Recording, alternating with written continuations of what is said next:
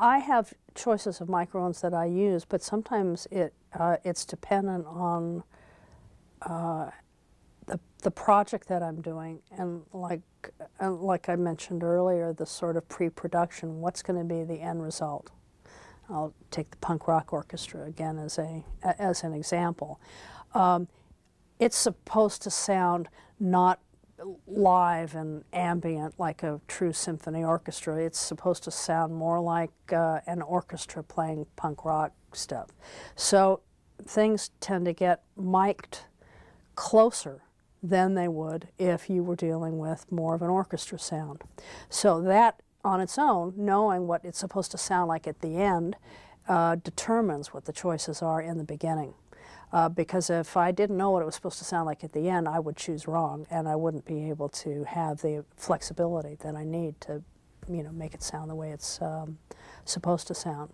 So in this case, we used smaller microphones so that we could sort of point them directly at the strings, as opposed to larger microphones to get a whole section. You want like one microphone to get two violinists, so you have the ability to really bring those up and kind of change the way they sound.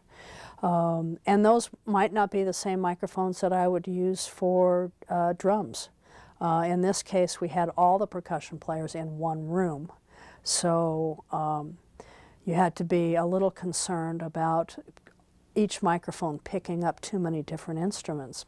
But if you look at it like a drum set, well, you've got one person playing a set of drums, which includes a snare, a hi-hat, a bass drum, 3 tom-toms, a couple of cymbals, and you've got, I don't know, 7 or 8 microphones on one drum set. Well, it's not too much different than having 3 percussionists in a room all playing individual instruments. So I tended to choose the same kind of microphones that I might choose if it was a drum set. But when you have a drum set sitting out in a room, there's a lot of air around it, and you might choose some nicer microphones to capture that kind of air.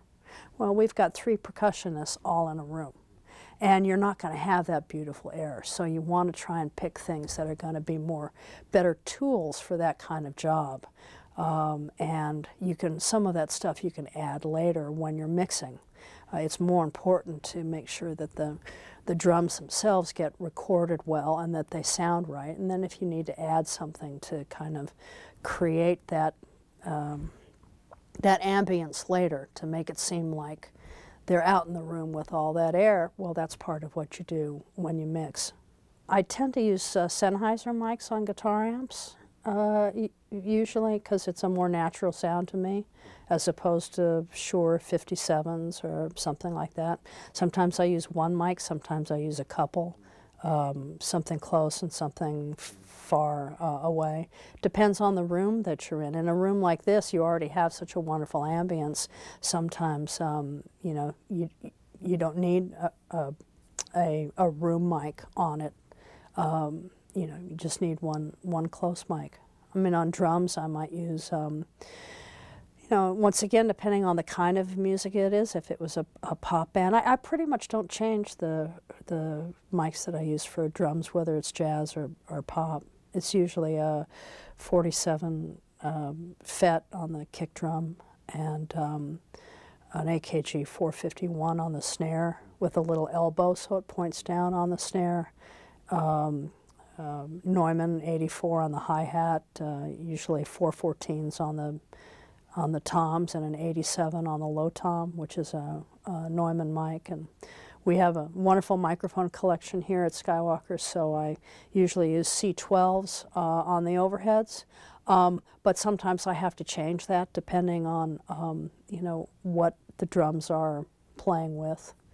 And then we'll usually have room mics out in the room to capture what the sound is. And if it's a pop rock session, sometimes the room mics will be down on the floor, kind of away from the drums, because they're mostly about capturing the drums. And sometimes they'll be up higher and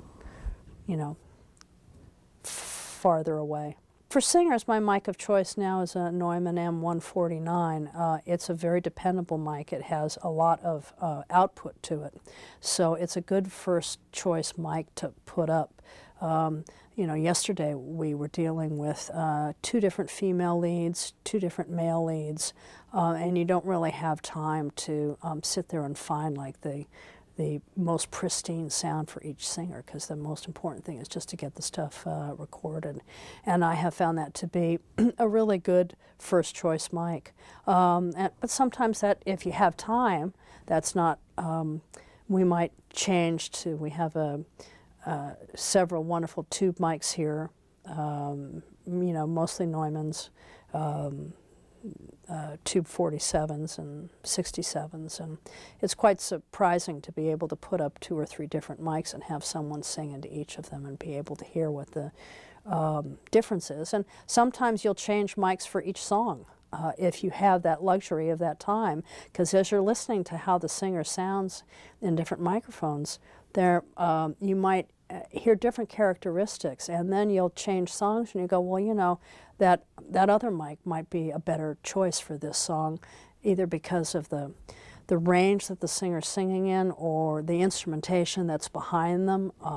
So you might not necessarily stick with the same mic all the way through, and it's also different if it's male vocalists or female vocalists, because mics definitely sound different for both.